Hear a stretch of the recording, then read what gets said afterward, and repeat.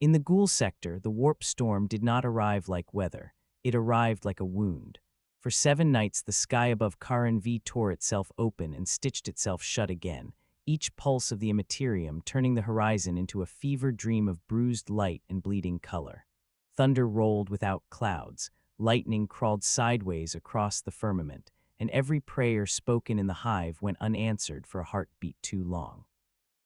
The void around the planet churned with static so thick that astropaths collapsed mid-chant, their mouths full of ash before anyone could pull them from the shrines. The storm was not just a disturbance, it was a statement, the kind chaos makes when it wants a world to remember fear. Before we descend into the chaos of this tale, make sure to subscribe to the channel for more legends and dark histories from the Warhammer 40K universe. Below, Hive Bastion endured the way Hive worlds always do, by refusing to die quickly. Its spires rose like rusted spears through the red gloom, their lower levels wrapped in smoke from manufactorums that had become slaughterhouses. Servo cranes hung frozen over foundry floors where demon engines stalked between shattered conveyors, grinding sacred machines into offerings for gods that laughed in static. In the arterial streets, Imperial Guard lines formed and broke again, lasfire flickering through ash like desperate candlelight. Orders moved through vox nets with the tired rhythm of a war already too old. Hold this choke, abandon that dome, protect the reliquary, burn the corrupted, always burn the corrupted. The Imperium had met warp storms before, met incursions before, met the slow cruelty of a galaxy that had forgotten mercy, so it braced for what it understood, another spiral into blood and fanaticism, another enemy that could be named and catalogued and hated. But the storm's eye was not widening for the usual guest. At the Hive's heart, where the primary forge cathedral fused industry with worship, reality bent inward as if listening to a command no mortal had spoken.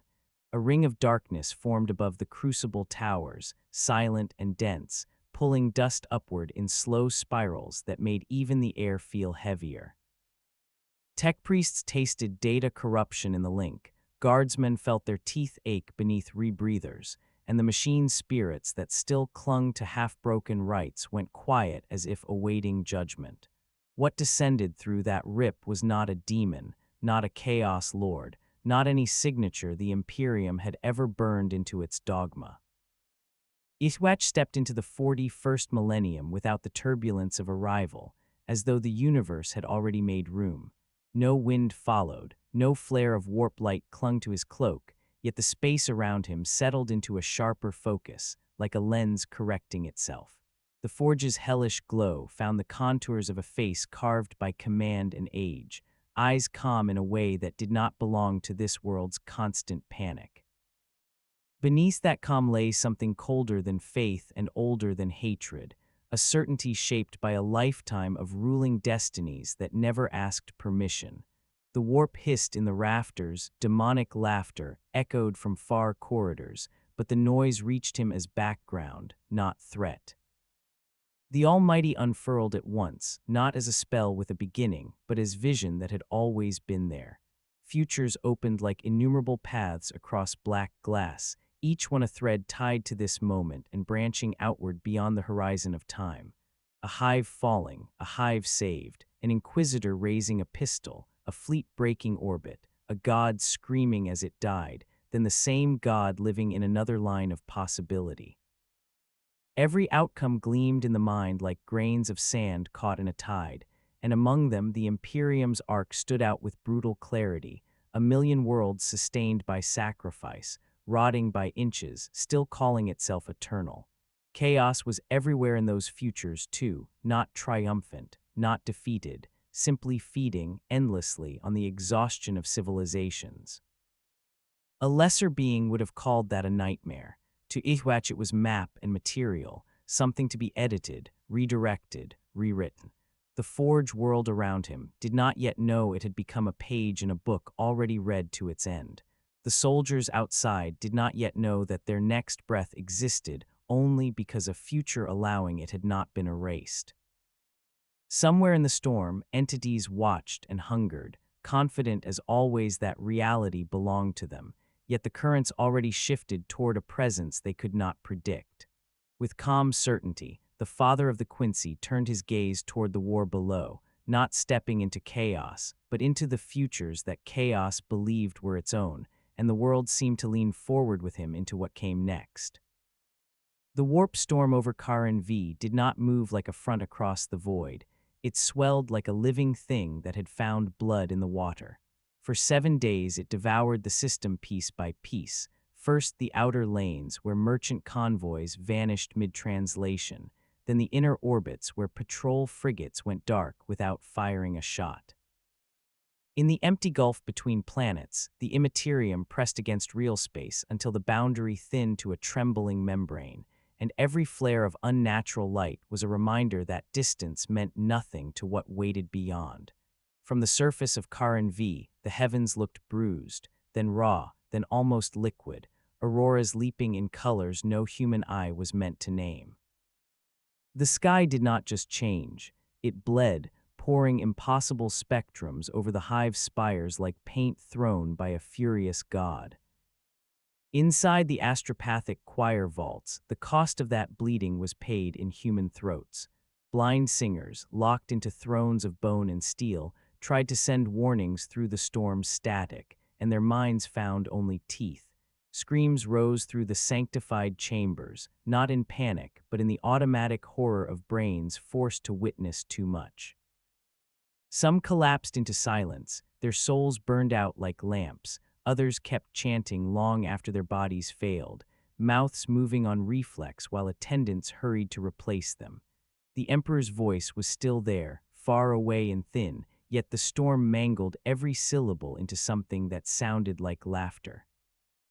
Yhwach felt those dying minds at the edge of perception, as faint sparks snuffed by a wind that did not belong to this universe, and the pattern of it settled into place among his branching futures.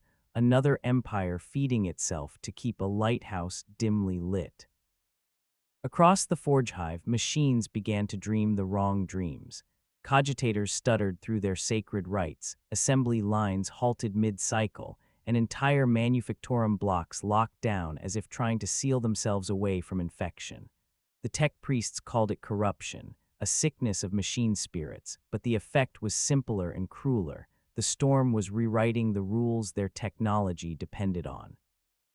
Servo skulls drifted off course, Vox arrays spat out prayers in broken binary, reactor cores ran too hot or too cold, as though matter itself had forgotten how to agree. The hive's vast lungs of ventilation hissed with fumes that tasted of iron and burning promethium, and deep in the foundries, shadows moved where there should have been only molten light. Chaos had already found its foothold long before the storm sealed the system. The assault was not a single spear thrust. It was rot blooming through cracks. Cultists rose from hab levels that had never seen the sun, their faith a wildfire of desperation, and the first demons slipped into reality through machines that no longer knew the hymns that kept them sane.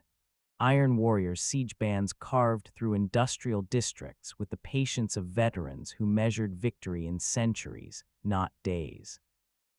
Their bolters echoed through transit tunnels, turning worker lines into drifting mist, while demon engines stalked the streets with grinding limbs and furnace hearts.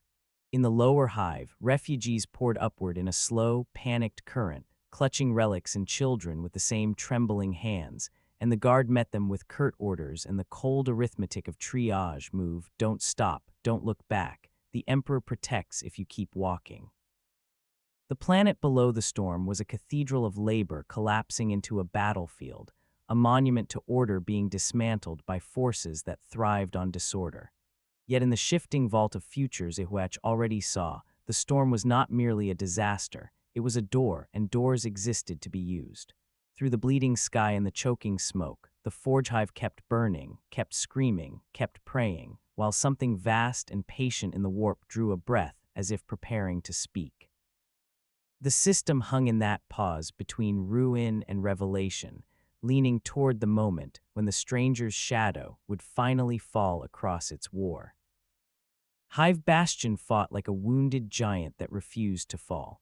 Beneath the towering spires that scraped the bleeding sky, the lower levels were already half lost, a maze of collapsed habs, broken transit rails, and manufactorum corridors turned into killing grounds.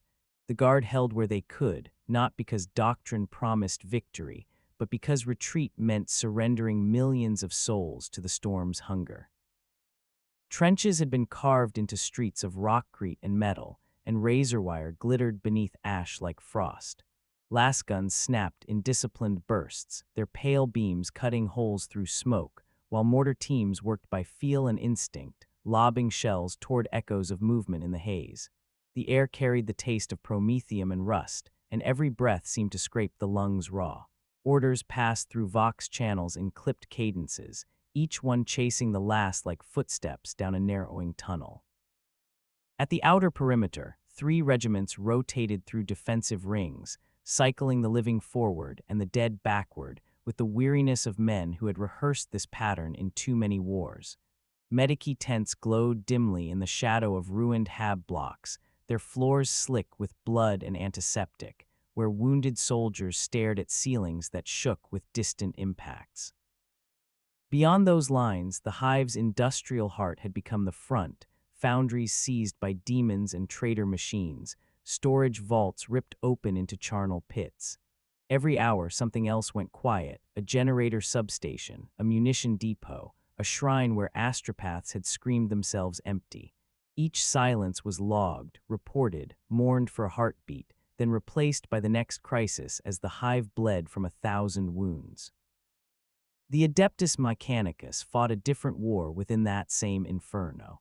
Skidara cohorts advanced through manufactorum halls in precise formations, galvanic rifles spitting arcs of charged death into shadows that moved the wrong way. Tech priests walked behind them with mechadendrites raised like incense burners, chanting rites of purgation into cogitator stacks that coughed up warp-tainted code. Server racks burned with blue fire. Conveyor engines groaned as if in pain. The machine spirits that remained were skittish and half-mad, responding to hymns with stutters and flickers. In the deepest forges, where sacred lathes had once shaped armor for distant crusades, now metal screamed as demon engines stalked along assembly lines, their limbs clattering against the floor with obscene purpose. The priests tried to seal the corruption away with seals and sigils, yet every success was temporary. Every repaired conduit became a new breach an hour later. Yhwach felt the pulse of that struggle through the lattice of possibility long before setting foot deeper into it. The Imperium's pattern was written in exhaustion, armies holding the line by spending themselves, replacing flesh with faith, trust with fear, while a galaxy of enemies waited for their will to crack. The futures showed the same rhythm repeating, a million worlds perishing in increments so small that it felt like endurance, not collapse. Underneath those probabilities, another truth shimmered in cold clarity. This world had been trained to accept suffering as normal, to treat survival as victory, and to mistake stagnation for stability. That acceptance was the Imperium's shield and its prison. Above the hive, artillery thundered in the distance like a heartbeat that would not stop. Somewhere in those tremors, chaos pressure was gathering into a new shape, drawing lines toward the forge cathedral at the hive's center. The defenders sensed it too, even if they could not name what was coming, a tightening of the air, a pause in the enemy rush, a tension that made the skin crawl beneath armor. Hive Bastion held its breath, and the war leaned toward the moment when the storm would open where it mattered most. At the center of Hive Bastion, the primary forge cathedral stood like a monument carved from industry and devotion. Its outer walls were plated in blackened adamantium, scarred by centuries of labor and now by days of siege. Chimney stacks rose behind Gothic buttresses, vomiting smoke that curled into the blood-red sky. Inside, the halls were vast enough for titans to kneel in, their ceilings webbed with cranes and chain gantries that swayed from distant impacts. The forge floor glowed with the red-orange breath of molten vats, casting a furnace light over shrines of iron where workers once offered prayers before the shift bell. The place had never been quiet, not even in peace, but now the noise was wrong, a low grinding murmur beneath the metal thunder, like something breathing in spaces where air should not move. Yhwach walked toward it through corridors half-lit by emergency lumens and warfare leaking through cracked bulkheads. Each step landed in a future already chosen, yet the immediacy of the world mattered because the future was made of moments like these. The Almighty spread outward with the calm inevitability of sight, revealing a convergence ahead, a knot of timelines tightening toward one point. Destiny here was not natural, it was forced, warped by the storm, by chaos intent, by the Imperium's frantic prayers. The knot pulled at reality, and real space obeyed with the reluctance of something that knew the cost of yielding. The first sign was silence. Vox channels in the cathedral zone cut to static, not a clean blackout, but the kind that carried faint whispers of laughter woven into the noise. Servitors patrolling the perimeter stopped mid-stride, their optics flickering, then went still, as if their internal logic had been rewritten by fear. Tech priests monitoring the area felt their noosphere connections fray, data packets collapsing into nonsense before they could be read. The air thickened, hot and sharp, tasting of ozone and iron. The molten vats trembled, sending ripples across their surfaces that had nothing to do with machinery. Chain gantries creaked in slow, deliberate arcs as if pulled by gravity that had decided to lean sideways. Then the ceiling tore open without sound. A circular rupture formed above the central crucible, black at its core, edged with a shimmer of bruised colors that seemed to belong to no spectrum. The tear widened like a pupil dilating, and the forge's furnace glow dimmed beneath its shadow. Reality around it bent inward, the way a sheet of metal bows under heat, and sparks rose from the floor only to hang suspended in midair, caught by a field that did not exist a breath before. Workers who had not yet fled fell to their knees, not in worship, but in the instinctive terror of prey sensing a predator too large to see. A Skidare squad opened fire into the rift by reflex, their shots vanishing as if swallowed by depthless water.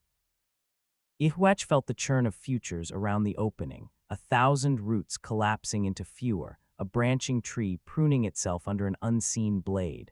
The storm had shaped this moment to be an invitation, and chaos expected a guest that fit its hunger. What came through was something else entirely, the knot loosening at the edges, rewriting what the storm thought it owned. Under his breath, with calm certainty, the judgment settled into place. Doorways were not sacred, they were opportunities. The rift pulsed once, twice, then held steady, and the Forge Cathedral became the still center of a system-wide scream. Outside, the battle's roar seemed to fall away, replaced by a hush so complete that even distant artillery felt muffled. The war had reached a hinge point, and reality waited for the weight of a new presence to tip it. A figure stepped from the rift as if walking out of fog into daylight. The motion was unhurried, neither cautious nor triumphant, carrying the quiet authority of someone accustomed to rooms falling silent at his arrival. Warp lightning crawled along the tier's rim and refused to touch him.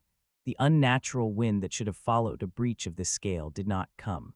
Instead, the air around the newcomer settled, like a lake smoothing after a stone fails to break its surface. The Forge Cathedral, built to vibrate with machinery, went still enough that the hiss of cooling metal could be heard as a low whisper across the floor. Yhwach entered without the stain of the warp clinging to cloak or skin.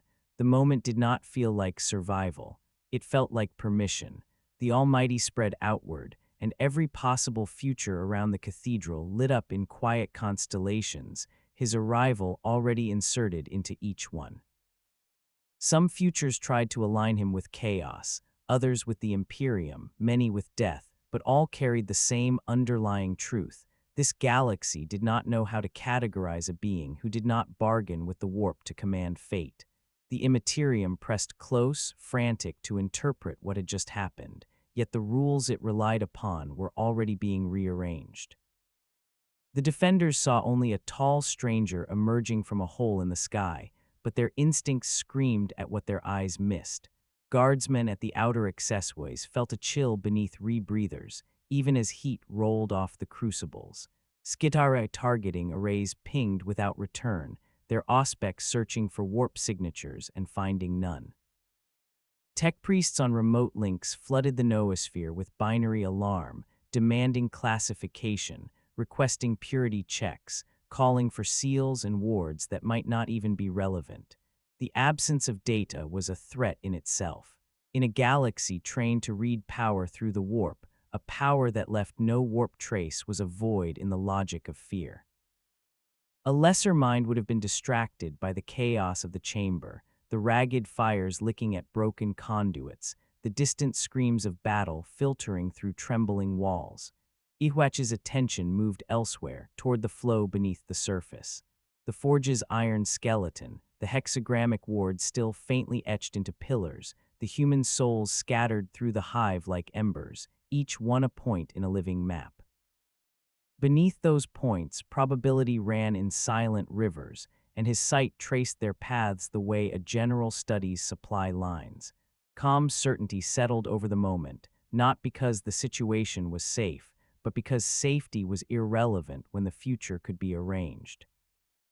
The rift behind him shrank, folding into itself like a closing eye, leaving only scorched air and a faint shimmer at the ceiling. The storm outside continued to rage, yet in this chamber its fury felt distant, like weather beyond thick glass. The Forge Cathedral had become a pocket of stillness in a world collapsing around it. That stillness was not mercy. It was control, imposed without spectacle, and it spread from Yhwach as naturally as breath. Around him, the first demonic shapes began to gather, tasting the intrusion like blood on the wind. Their presence flared in the force of this universe like hot coals thrown into oil, expecting resistance, expecting fear, expecting the normal equations of violence to apply. Yhwach watched their approach with the detached patience of someone who had already seen each lunge and each death 1,000 times. The war was stepping closer, and so was the moment testing whether this galaxy's future would remain its own. There was no ritual to announce the awakening, no visible surge that a witness could catalog, because the Almighty did not turn on, it was simply there, the way sight exists when eyes open. Within Yhwach's mind, futures unfolded and layered over one another, not as vague impressions, but as clear, branching roads stretching outward from the cathedral into the dark of space and time. Each was distinct down to the detail, a bolter round finding a throat in one line, missing by a finger's width in another, a hive spire collapsing at dusk in 1,000 outcomes, standing another day in 100 more. The number of possible tomorrows was vast enough to drown most consciousness. For him, it was a canvas. The warp storm above Karin V tried to assert itself in those futures, pulsing like a diseased heart. In many branches, it birthed demonic swarms that drowned the hive in blood. In others, it drew a chaos fleet close enough to crack the planet's mantle. A small number showed the storm thinning after months, leaving behind a world too ruined to rebuild. The Imperium's presence was everywhere in that web as well, soldiers dying beneath banners they could barely see through smoke, tech priests sealing broken machines with prayers while the system beneath them failed. The Emperor's light flickered through the Astronomicon in long, trembling arcs, a lighthouse powered by sacrifice and exhaustion. The futures did not lie. The Imperium did not end in fire. It ended in slow suffocation, 10,000 years more of holding ruins and calling them walls. Chaos was not destined to win either. It fed, it bloomed, it burned itself out, then returned, because the warp only existed as long as emotion existed. The greatest horrors of the galaxy were not final outcomes, they were cycles. That realization carried a particular kind of cold comfort. Cycles could be broken, but only by someone who stood outside the system that produced them. The Almighty placed him there by nature, not by accident. Yhwach reached deeper, studying the metaphysics the local reality relied upon. Warp energy behaved like a sea of thought and feeling, turbulent and predatory. Psychers dipped into it to pull lightning, to twist minds, to summon nightmares, and every use carried risk of corruption. The logic was familiar, power offered through a medium that demanded payment, yet his own power did not draw from the warp. It came from a different axis entirely, from a dominion over souls and possible futures that did not require bargaining with any god. In those branching lines of time, that distinction mattered. It meant that abilities comprehended through the Almighty could be disarmed before they ever threatened him, their victories pruned away, their causes reshaped at the root, not by brute force but by denying the future where they worked. The forge cathedral around him was full of moving parts, each one a choice.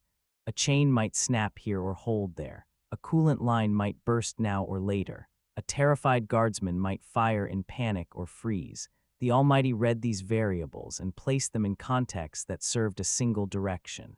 Under his breath, the judgment came steady and low. This galaxy believed fate was a storm it endured. Fate was a structure, and structures could be redesigned. The first of the approaching demons crossed a threshold in the futures, their axes already raised in hundreds of lines of possibility, their deaths already written in thousands more. The moment of contact was arriving, and with it a chance to demonstrate to the galaxy what it meant when the future belonged to someone who could rewrite it. The bloodletters materialized in a burst of heat and metal stench, clawing their way out of warp-tainted machinery like parasites tearing free from an infected wound. Brass axes banged against the forge floor as they landed, their hooves leaving molten impressions on iron grates. Their bodies were built from rage-given shape, red hide stretched over corded muscle, mouths full of fanged joy. The air around them vibrated with warlust, so thick it made nearby lights flicker. To the Imperials watching through broken doorways and upper galleries, this was a familiar nightmare. The cathedral had become a gate, the warp had delivered meat for the slaughter, and every rule of survival demanded retreat. Yhwach did not retreat. The Almighty had already shown every path those demons could take, every angle of their charge, every future where their blades found a target. In most lines, they died before reaching him. In a few, they landed a blow that never mattered. Those possibilities were neatly walled off, not with a shield, but with denial. The futures where a bloodletter succeeded were no longer permitted to exist. That choice was quiet, almost gentle, like trimming a branch from a tree. The first demon lunged, axe arcing down toward the stranger's neck in a shining crescent of brass. Its roar carried the confidence of an entity that had butchered saints, yet the result was a stumble into emptiness. The axe met only air because the future where it struck had been erased a heartbeat before the swing began. Another bloodletter charged from the left, then from the right in a different line, then from behind in another, but each violent possibility dissolved into a harmless outcome. They moved as if blind, unable to understand why their instincts led them into death. To soldiers raised on linear cause and effect, it looked like sorcery or luck. To Yhwach it was editing. Fate bent around him. A chain gantry overhead groaned under a strain it should not have felt, then snapped at the precise moment a bloodletter passed beneath. The massive hook slammed down, crushing warp flesh and pinning it to the floor in a spray of smoking ichor. A coolant pipe ruptured in a future he selected, bathing another demon in freezing vapor that hardened its limbs long enough for its own momentum to carry it into a crucible's edge. Sparks burst from a control panel as the warp interference surged, and in that instant, a third demon's footing slipped on newly slick metal, sliding directly into a furnace trench that had not been open in other futures. There was no flourish in his posture, no visible exertion, only a steady gaze that held the battlefield in quiet ownership. The bloodletters kept coming because rage did not learn, but each step they took was already part of their defeat. Their screams thinned into static and then into silence. What remained on the floor was not victory gained through struggle, but inevitability imposed through knowledge. From the upper galleries, silhouettes of guardsmen and skitarii watched the carnage with a dread that had nowhere to land. Their auspex read power without warp flare. Their eyes saw death without a weapon. The cathedral felt colder despite its furnaces, because something had entered the war that did not fight by its rules. Yhwach turned slightly toward the deeper corridors, sensing heavier presences gathering beyond the smoke, souls armored in bitterness, minds trained for siege and endurance. The function of this opening skirmish was complete. The galaxy had been shown the first correction to its future, and the next threats were already walking into view. The Foundry air should have been thick with triumph after the Bloodlitters fell, but triumph was a feeling for mortals, not for someone who had already walked the road beyond the moment. Yhwach stood amid the fading hiss of banished warp flesh and listened to the cathedral's deeper rhythms. Furnace vents exhaled in slow pulses. Chains swayed above like pendulums measuring time that no longer belonged to the storm. Somewhere in the hive, artillery continued to shake the foundations, yet the tremors felt distant, a background beat beneath a larger pattern coming into focus. The Almighty did not rest. It kept blooming outward, threading through the hive's arteries and into the system's orbit, laying out futures the way an architect lays out a city grid. In that quiet lattice, the aftermath of the demon skirmish was only a ripple. The true pressure was still moving toward the cathedral, carried by minds not born of raw rage but forged in siege, bitterness, and a dogma of endless war. The futures showed ironclad shapes advancing through smoke, each step a calculated lane of fire. Bolter muzzles rising in practiced arcs, a firing line meant to overwhelm any anomaly with volume and certainty. In most branches, those warriors expected to win through brute cause and effect. In most branches, that expectation died before it could take shape. War in this galaxy relied on momentum, yet momentum was only a series of chosen instants. Each instant could be trimmed, turned, or replaced. The Almighty reached into the near future and unraveled it at its root. Paths where bolter rounds found flesh were removed, leaving behind paths where recoil came a fraction too early, where aim drifted by a single breath, where the environment betrayed the shooter with a failure that felt like bad luck. The line between now and then was thin enough to bend with no visible strain. Yhwach did not need to rush forward to meet the next wave. The wave was already being reshaped, its crest redirected to break elsewhere. In the cathedral's upper levels, a gantry motor sputtered and locked as a future was selected. Its halt forced a hanging crucible to swing into a new arc that would matter in minutes. A coolant regulator clicked open, bleeding vapor into the corridor leading to the eastern approach, softening the metal floor into slickness where armored boots would soon lose purchase.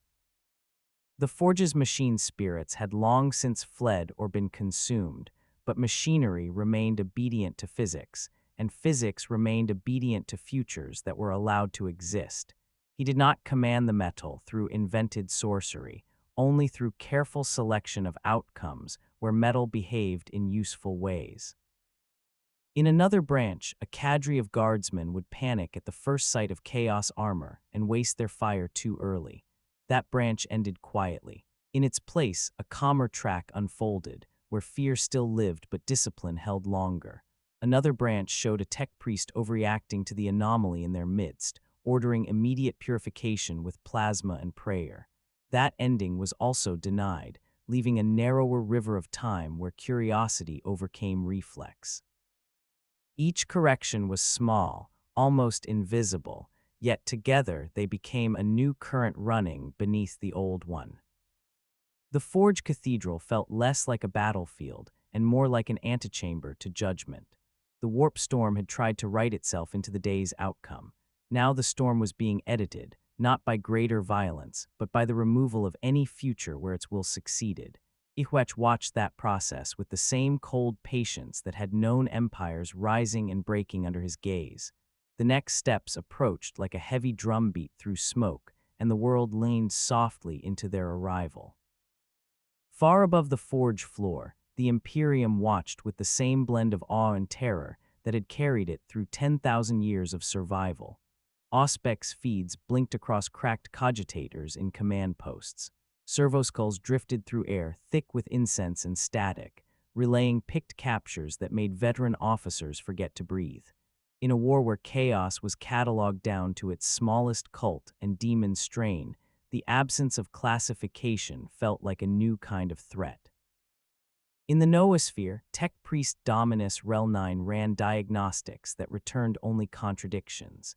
The stranger below showed no warp flare, no psyker spike, no mutation bloom in the spectrum that marked corrupted flesh. Yet every datum tied to combat effectiveness was rising beyond established imperial parameters, terminating bloodletters without visible weapon discharge, altering engagement geometry without motion, a being who moved even when he stood still. The priest's mechadendrites trembled in a way that suggested both fascination and the instinct to quarantine. Binary prayers spilled across local Vox networks, seeking the comfort of established doctrine, but doctrine had no label for a power that did not borrow from the warp.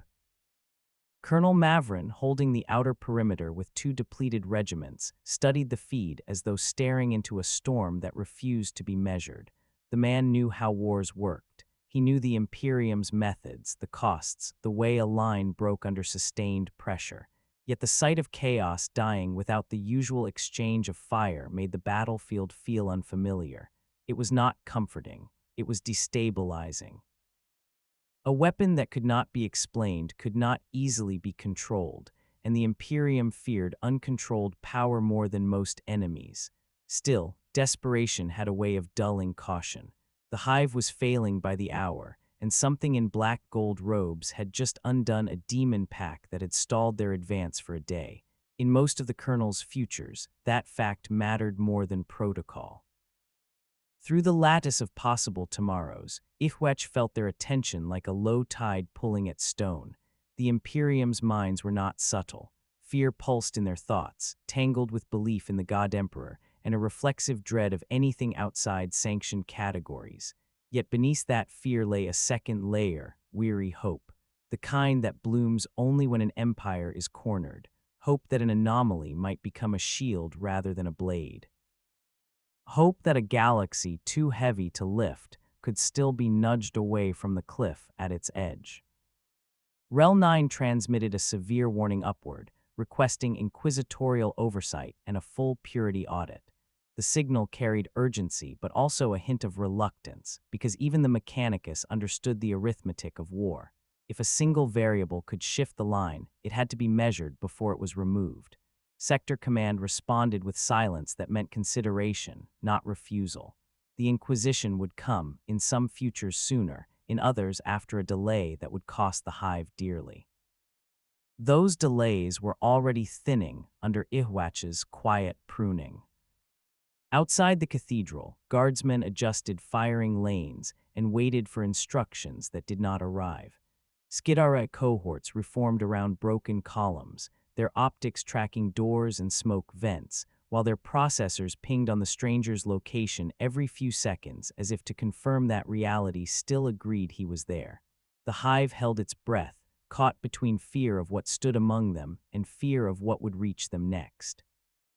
The watching never stopped, and each set of eyes added weight to the next moment's gravity. The eastern approach to the Forge Cathedral filled with the slow, deliberate pressure of veteran killers. Iron warriors moved through the haze with the patience of siege masters who had learned that haste was a luxury for the living. Ceramite boots crushed debris into powder. Helm optics scanned for ambush angles as though the city itself were a hostile organism. Their armor was scarred by 10 millennia of war, not as decoration, but as history etched into metal. Every gouge had a memory.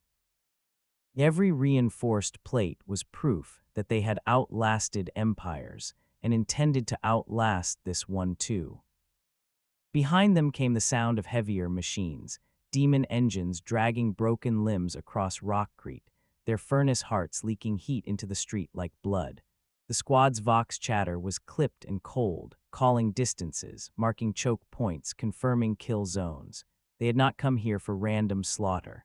Their purpose was precise: to collapse the Forge Cathedral, to secure the rift's location, to claim whatever new vector of power had announced itself through the warp storm. In their minds, everything had a tactical explanation: a new Imperial Psyker asset, a relic weapon drawn from forbidden vaults, a trap requiring only enough forward fire to spring. Yhwach watched their advance through futures that unfolded like layered glass.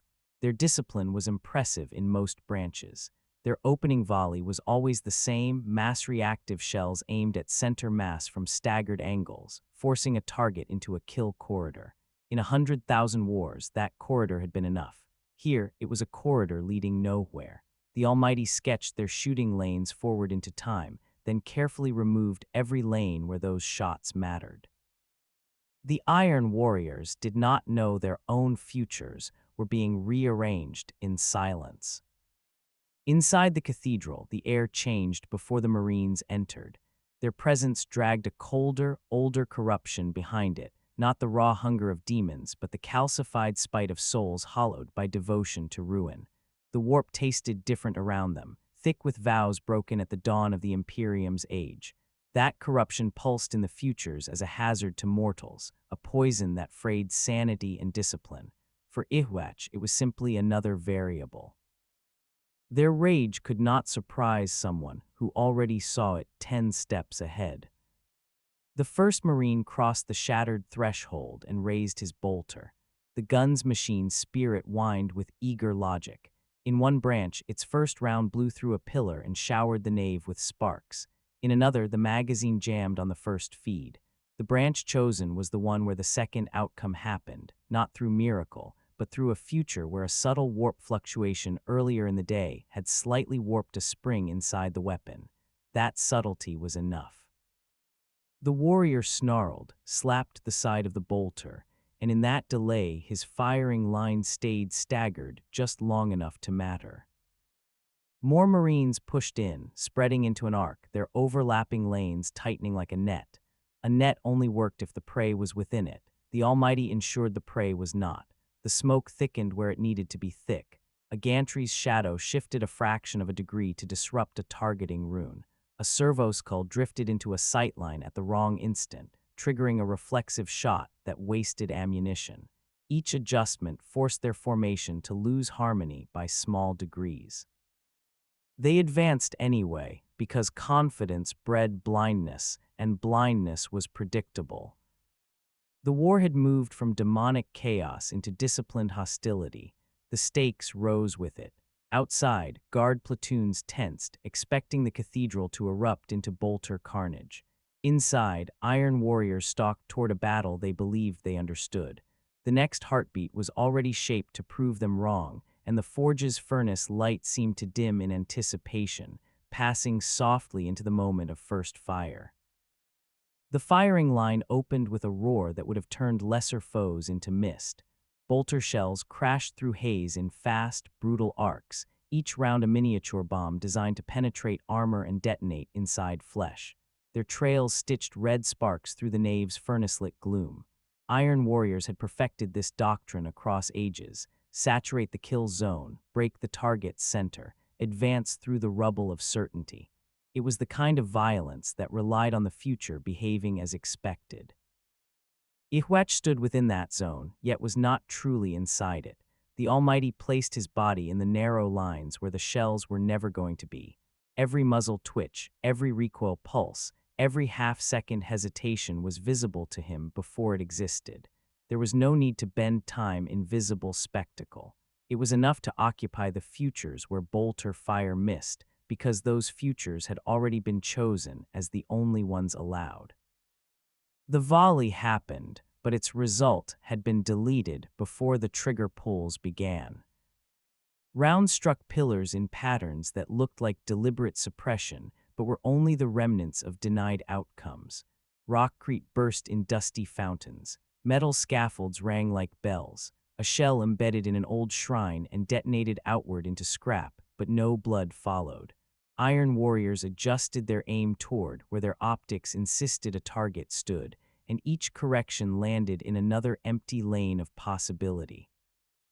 Their machine spirits spat range data that remained true in 100 branches that no longer existed.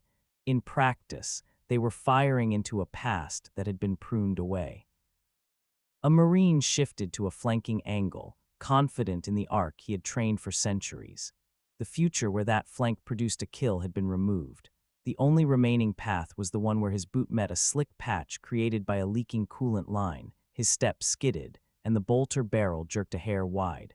Another warrior planted to fire a crack round, and the future where the detonator armed cleanly vanished, leaving a path where the round sparked against a corrupted casing and failed to ignite.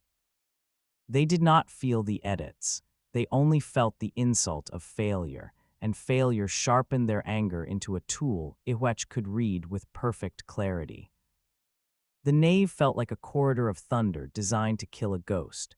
The only visible movement was the fall of debris and the drift of ash. To the warriors, that absence was maddening.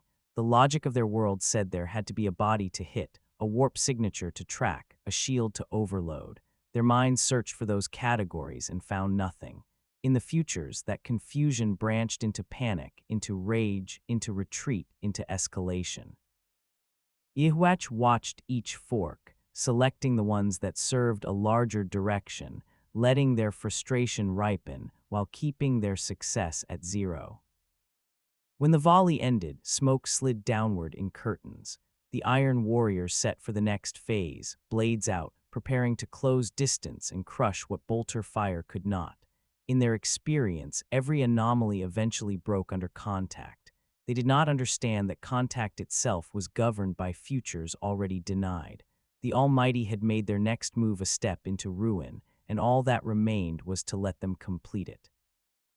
In the quiet between bursts, the steady pulse of the forges returned, and through it, Yhwach felt the Imperium's fear rising behind the cathedral walls. Their soldiers were close now, watching a fight they could barely process.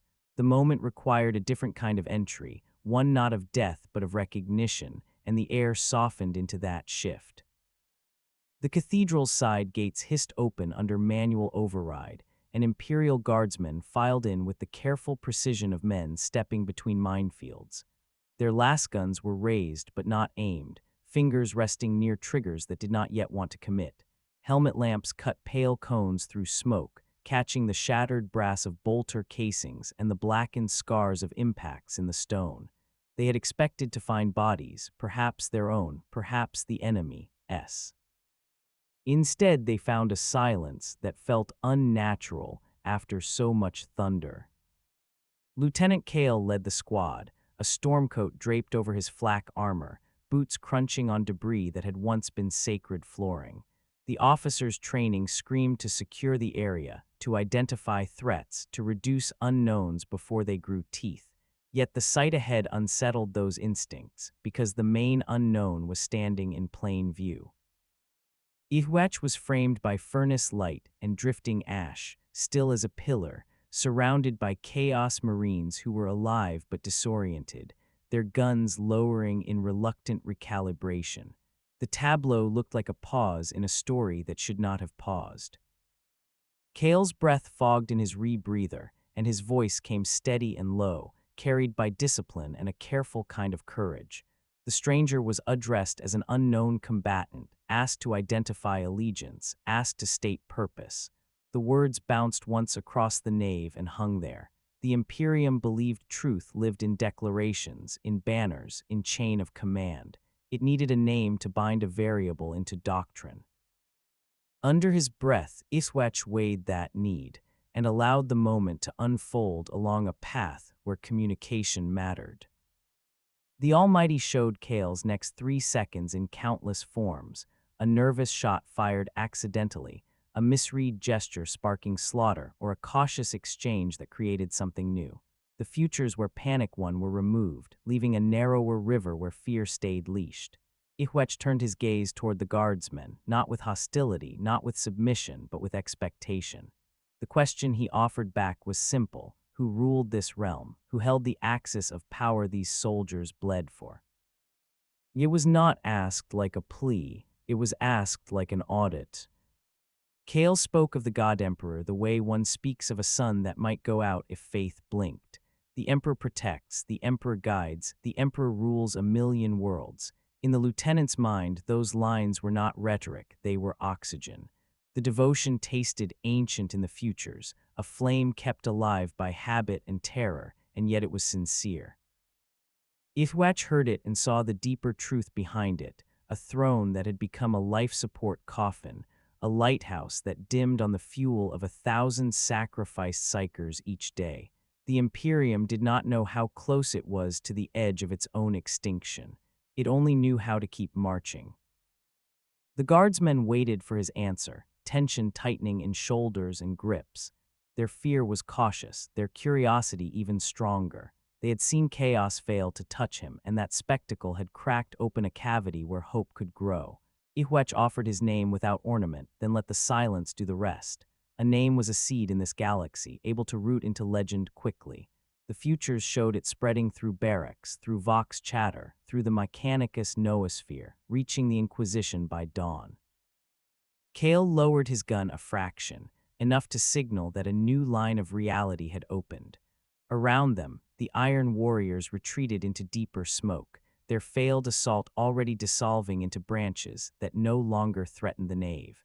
The Imperium soldiers stood on a hinge point between protocol and survival, and the hinge was beginning to turn toward larger authorities. The moment passed softly into the next, carrying with it the first fragile link between a dying empire and the man who could rewrite its fate. Kale's explanation settled into the cathedral like incense, heavy with the weight of 1,000 rehearsed truths. The God Emperor ruled 1,000,000 worlds, watched from a golden throne, and protected mankind through faith, steel, and sacrifice. The lieutenant spoke with the cadence of catechism, yet beneath the drilled phrases lived a human pulse of belief that had survived too much to be easily dismissed. Every guardsman around him carried the same pattern in the mind: devotion shaped into armor, fear reshaped into duty, the Emperor's name used as both shield and reason to endure one more night in hell. Yhwach listened without interruption, not because the words were new, but because meaning lay in the spaces between them. The Almighty spread Kale's statement forward into the web of futures, revealing what those soldiers could not say aloud. The Emperor was alive in their doctrine, yet dying in the deeper currents of time. A throne that had become a life support relic, a beacon that burned on borrowed souls.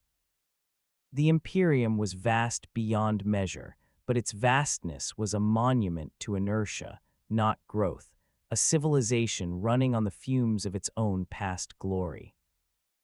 Around the nave, the furnace light played across shattered icons and warped metal. Servoskulls drifted close, their lenses recording, their logic routines uncertain about whether to classify this exchange as interrogation or diplomacy. The cathedral smelled of hot iron and old prayers, and the distant war added a low tremor underfoot, reminding everyone that belief was being tested in real time. For Kale, the question behind Yhwach's calm gaze was frighteningly simple. Was this stranger enemy, ally, or something outside the categories that made war predictable? The futures showed Kale offering a request to escort him to command, or refusing out of protocol, or panicking under the strain of facing a power that bent reality without warp sign. The paths where refusal mattered were denied. A narrower line remained, where survival pushed aside caution. The request to meet command came steady and low from Yhwach, shaped less like curiosity and more like necessity.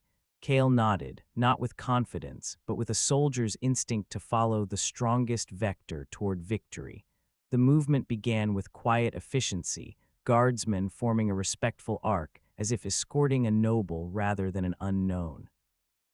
The cathedral's silence softened into motion, and the hive's deeper corridors opened toward the next layer of authority, where this galaxy's truths would be tested against a future already unfolding. The hive answered that motion with a scream. Proximity alarms shrieked through Vox networks like metal nerves catching fire, and the air across Hive Bastion tightened as if the city itself sensed a blade coming down. From the command spires to the Hab slums, every augur array and astropathic choir felt the same rupture blooming above the commercial tiers. The warp storm, already a mouth in the sky, widened into a wound that bled straight into the hive's heart. Outside the cathedral, the heavens tore open in a jagged ring of brass-red light. A presence descended through it like a meteor wrapped in hatred. The impact landed miles away, yet the force of it shuddered through foundations and steel ribs, rattling broken stained glass and sending dust cascading from vaulted ceilings. The roar followed a second later, deep enough to crack Ferrocrete, ancient enough to make seasoned soldiers feel like children again. A bloodthirster had come, not summoned by cultists alone, but drawn by the psychic violence of the storm and the promise of slaughter. In the streets, civilians fled in blind currents, their prayers turning to raw noise. Guard formations wavered as the demon's aura rolled over them, a wave of rage and despair that gnawed at discipline. From distant vantage points, silence gave way to panicked fire and frantic vox calls, units falling back, commanders begging for orbital strikes, priests shouting litanies that shook in their own throats. Yhwach felt the demon before its shadow crossed the skyline. The Almighty laid out its arrival in 1,000 paths, wings cutting the air, axe carving towers, whip setting hab blocks alight. The futures where it rampaged unchecked were thick with blood and collapse. Yet even in those branches, the demon was not a final answer, only a violent punctuation mark in a dying paragraph. Kale's escort halted instinctively, heads turning toward the direction of the roar. The sound carried through streets like thunder through bone, and fear rose high enough to drown ordinary thought. In that tide, a new stillness formed around Yhwach, not indifference, but a calm that belonged to someone for whom great monsters were already solved problems. The hive was sliding toward a decisive moment. The bloodthirster's arrival did not just raise the stakes, it forced the next page open. The Imperium braced for a battle it knew it could not truly win, and the future narrowed toward the question of who would take ownership of the answer. Imperial command reacted the way it always did when faced with a nightmare too large to meet on the ground. Vox channels crackled with urgent protocols, fall back to defensive rings, mark coordinates, request naval fire. In the tactical minds of colonels and captains, salvation lived in distance, in shells falling from orbit, in the final authority of a fleet's guns. It was the logic of survival in a galaxy where close combat with a greater demon usually ended in ruin. The Almighty turned that logic over like a stone and found it hollow. In most futures, orbital bombardment failed, not because the Navy lacked firepower, but because the bloodthirster's existence was knotted to the warp. Physical destruction alone scattered flesh, not essence. In too many paths, the demon rose again through ash, angrier and more focused, feeding on the fear the strike had spread through the hive. In others, the bombardment struck late, after the creature had already collapsed key spires, leaving the city a skeleton even if the demon vanished. The Imperium's doctrine was not wrong for ordinary wars. It was simply inadequate for this one. Yhwach let those lines die before they could become real. The chosen futures were narrower, harder, requiring confrontation where everyone else saw only suicide. That choice did not come from arrogance. It came from certainty, the kind that lived only in someone who had already watched the outcome play out in every direction and decided which direction would be allowed to remain. Kale and the guardsmen felt the shift in the stranger's focus. The calm became heavier, as if gravity had lined toward him. Under his breath, the words came steady and low. The demon would not be ended by a distant strike, only by removing the future where it continued to exist. The statement landed with strange finality, not as a suggestion, but as a verdict. The escort broke formation without meaning to, stepping aside as if a current passed between them. Their bodies understood before their minds did that this was no longer a man to be guided, but a force moving toward its own purpose. Vox chatter from command tried to reach Kale, demanding status, demanding compliance, yet the line of reality where Kale argued or delayed had already been pruned. Movement began, slow at first, then inevitable. The hive's arterial streets opened ahead like a corridor of smoke and ruin leading toward the demon's roar. Behind, guardsmen exchanged glances full of fear and a hope too desperate to name. Yhwach walked into the direction of violence not to prove strength, but to choose the future in which the hive still had won. The next moments drew close with the weight of a held breath. The bloodthirster entered view through a canyon of collapsing hab blocks, vast wings spreading across the blood-red sky like a banner of slaughter. brass armor glowed with reflected fire. A whip of barbed cord dragged sparks along the street as it moved, and the axe in its fist seemed to drink light instead of reflecting it. Every step cracked rockcrete, every breath spilled furnace heat into the air.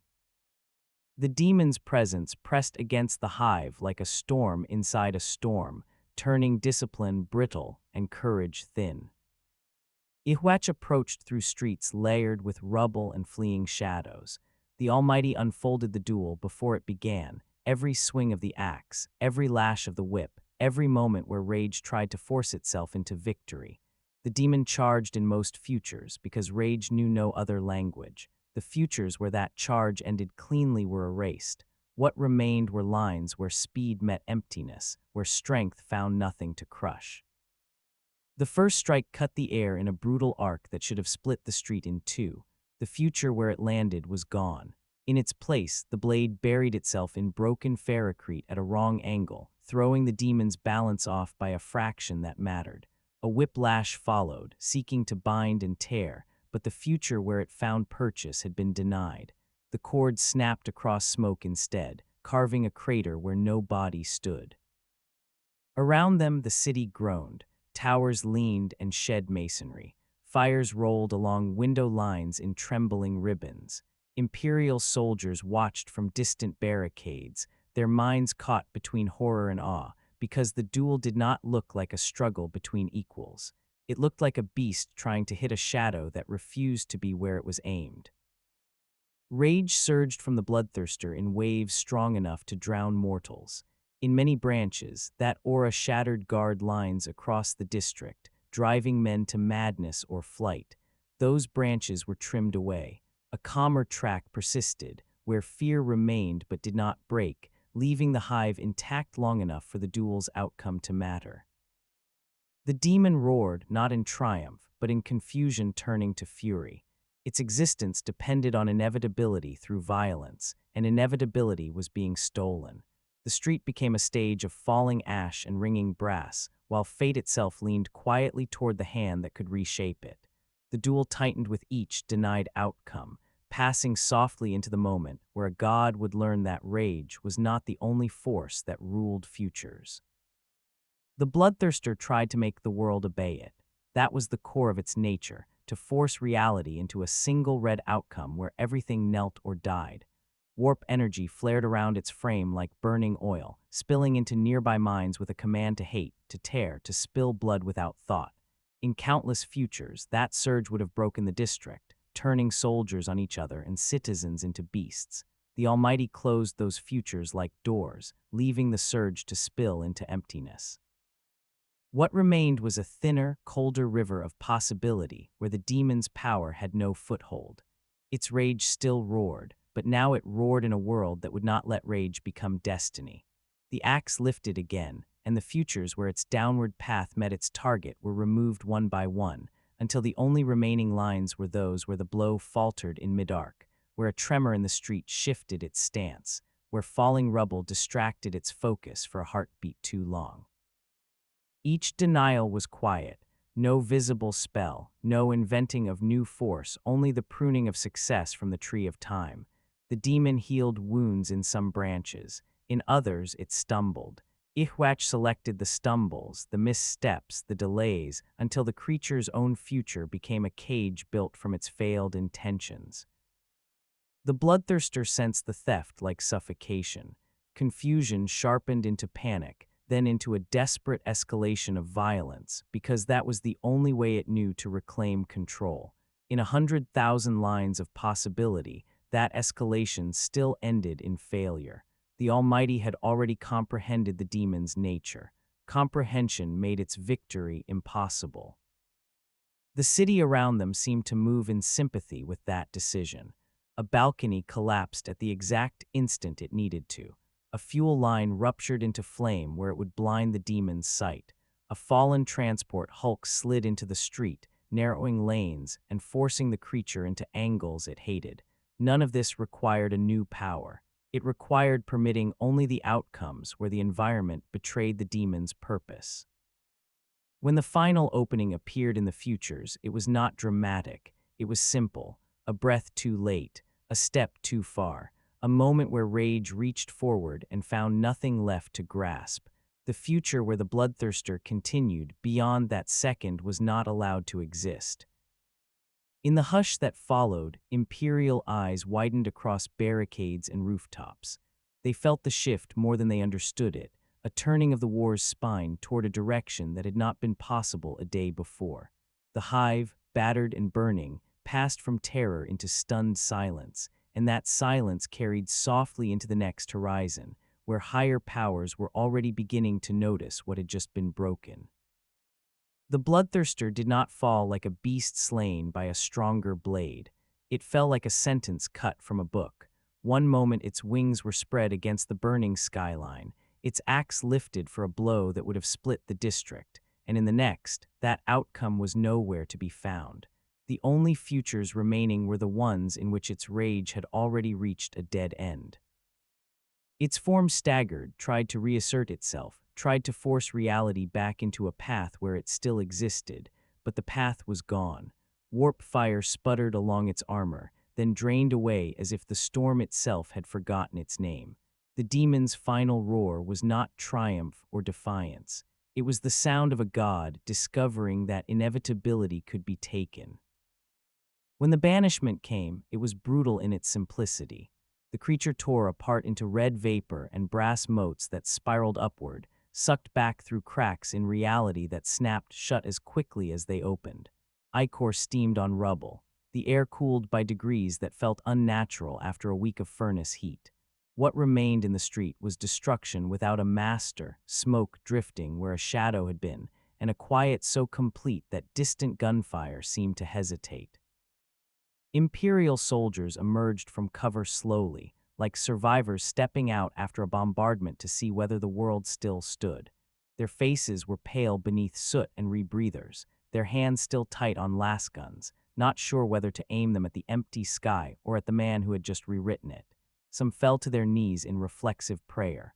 Others simply stared, minds searching for doctrine sturdy enough to hold what they had seen. This was not the normal shape of victory in their galaxy. A greater demon required companies of Astartes, relic blades, saints, or sacrifice on a scale that turned districts into graves. Here, victory had arrived as a quiet correction, and that quietness frightened them more than spectacle would have. Yhwach stood where the bloodthirster had ceased to exist, cloak unmoved by the wind of its passing. The Almighty folded away the shattered branches of time and left only the new current running forward. In that current, the hive did not celebrate. It absorbed the moment like a body-absorbing shock. The guardsmen's hope rose in cautious embers, because if a god could fall, perhaps the future was not as fixed as they had believed. Yet another emotion grew beside that hope, a trembling fear of the power that had done it without visible effort. Above, command posts lit up with frantic messages, victory reports tangled with alarms. The Imperium had gained a miracle, and by its own rules, a miracle demanded scrutiny.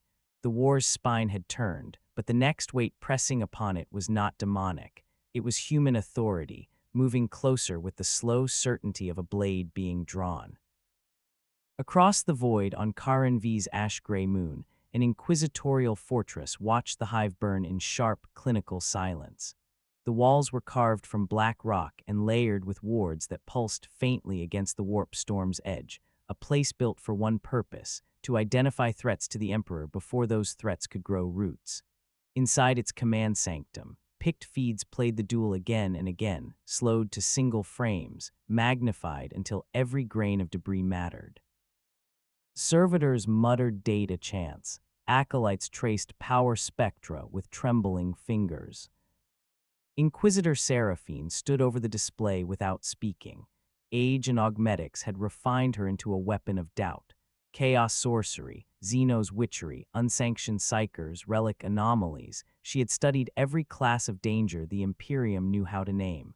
The stranger on the screen fit none of them. No warp flare registered before the bloodthirster's fall.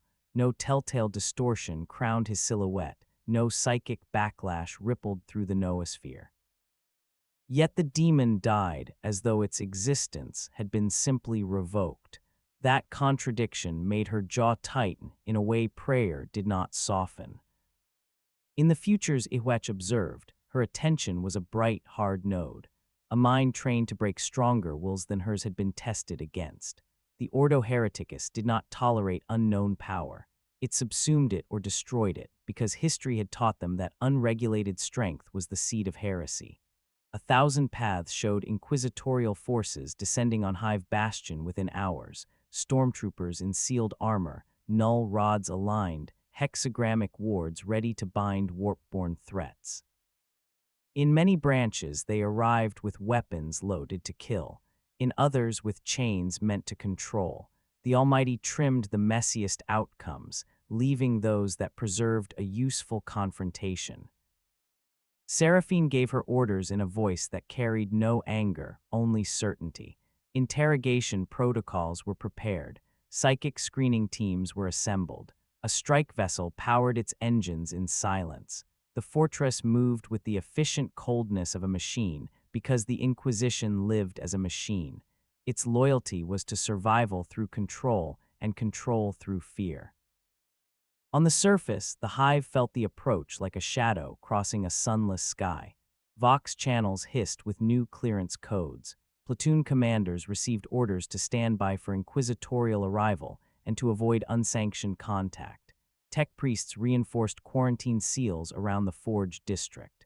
Guardsmen who had witnessed the duel were separated for purity interviews, their testimony treated like a contagion.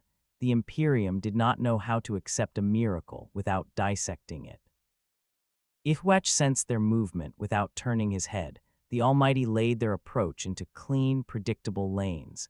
Stormtroopers would enter through the Forge Cathedral. Seraphine would demand submission.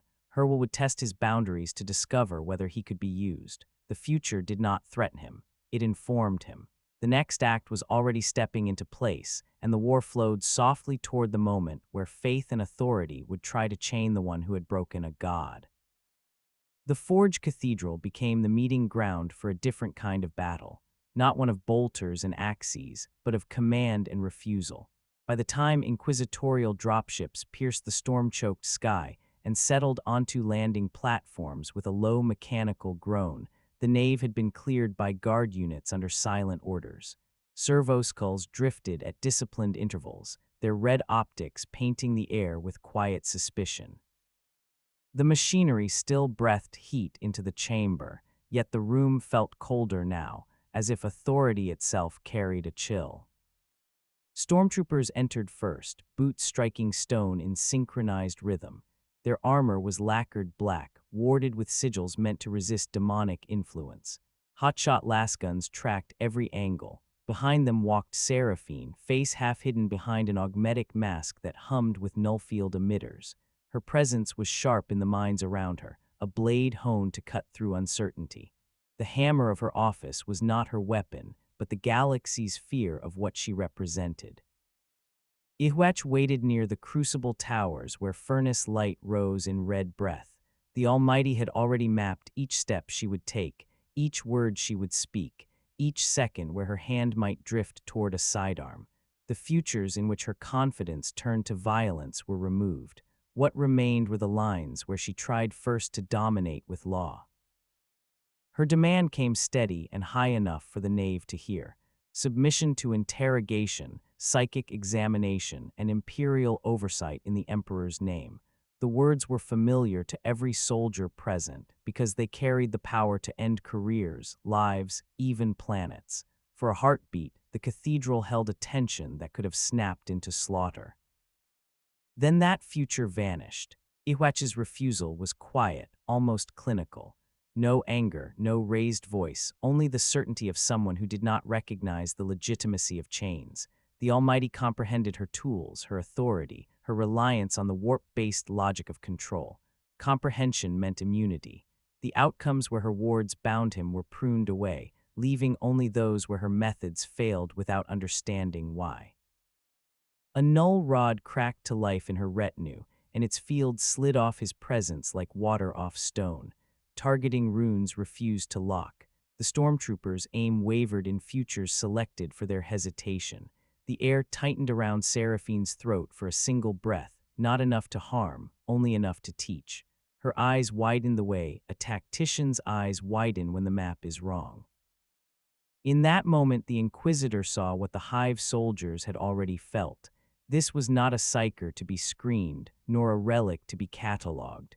This was a force outside her taxonomy. Her instinct urged destruction. Her reason urged delay. The future that survived was the one where she listened.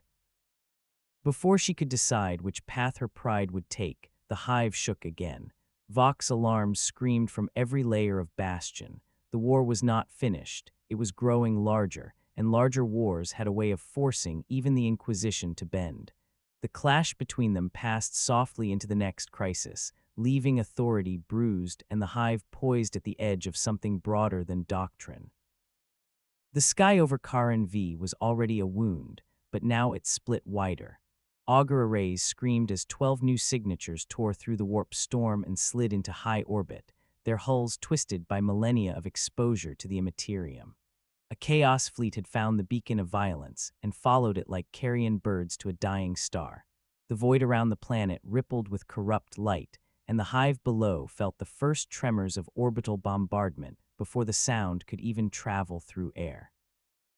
Macro cannons thundered from above, each strike a slow, vast impact that folded city blocks into dust. Void shields flickered and died in patches, their generators choking on warp-tainted interference. The upper Hive glowed with fresh fires, and the red sky gained new streaks of falling metal as drop pods began their descent. They came down like iron meteors, punching through cloud and smoke in straight lines of inevitability, each one carrying veterans who had fought since the Imperium was young. Imperial Vox networks spiraled into panic. Commanders called for redeployments, for reinforcement from sectors that could not answer, for the Navy to clear the orbit it no longer controlled. Priests raised their arms to the Emperor's statues and begged for a miracle large enough to cover a world. The guardsmen who had just watched a bloodthirster fall felt their hope twist into urgency, because if the fleet landed unopposed, the Hive would drown before dawn. Yhwach stood within the cathedral's shadow and watched the orbit through futures that opened like shifting mirrors. The arrival was not coincidence. In too many lines, the psychic disturbance of the duel had become a navigational flare, a bright wound in probability that chaos could taste. The Almighty tracked the fleet's intent down into the Hive's geometry. They would aim for symbolic throat points, the governmental spire, the forge cathedral, the relic vaults, places where breaking stone broke morale. Their first wave would be iron warriors again, a legion that knew how to turn cities into bones. Seraphine's retinue moved to defensive orders by reflex, and the Inquisitor herself looked toward Yhwach with a conflict that was half rage, half calculation. Her world demanded she see him as a threat. The war demanded she see him as an answer. The future that held was the one where survival outweighed dogma. Under his breath, with calm certainty, Yhwach named the truth none of them wanted to admit. This was no longer a local incursion. It was a siege that would consume the Hive unless its spine was cut at once. He did not need to announce new tactics with drama. The Almighty already showed him where chaos would land, where their command would concentrate, and where a single correction could unravel their assault before it solidified. Outside, the first pods slammed into the upper tiers, their impacts blooming into fireballs that turned night into a strobing dawn. Inside the cathedral, the air tightened toward action, toward a war about to be decided not by numbers, but by whose vision of the future would be allowed to exist. When the first bombardments ended, and the Hive's tremors settled into a steady quake, the cathedral filled with a silence that felt like the pause before verdict. Stormtroopers waited for orders that had not yet been spoken. Guardsmen listened to Vox channels, choking on reports of breached districts and incoming Astartes. Tech priests measured the collapsing power grid in cold numbers that spelled doom. Seraphine stood among them like a blade at rest, her authority intact in appearance, yet newly tempered by the knowledge that law meant nothing without victory. Yhwach did not raise his voice. He did not need to. The Almighty had already folded the next hours into view, showing the Imperium's usual response: counterattacks flung into kill corridors, heroic losses that delayed nothing, a campaign of bleeding progress that ended in the same ruin they had always called fate.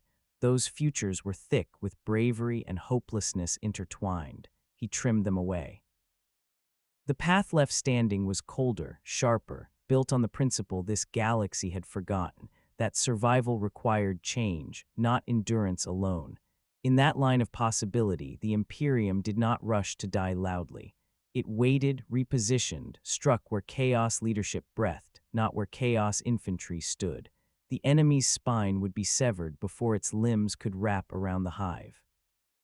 Seraphine watched his stillness, reading it as command even before he shaped it into words. The Inquisitor's pride wanted to resist. Her survival instinct already knew resistance was a luxury. In the futures, she either clung to protocol and watched the hive fall anyway, or she bent just enough to let another will steer. The second future endured.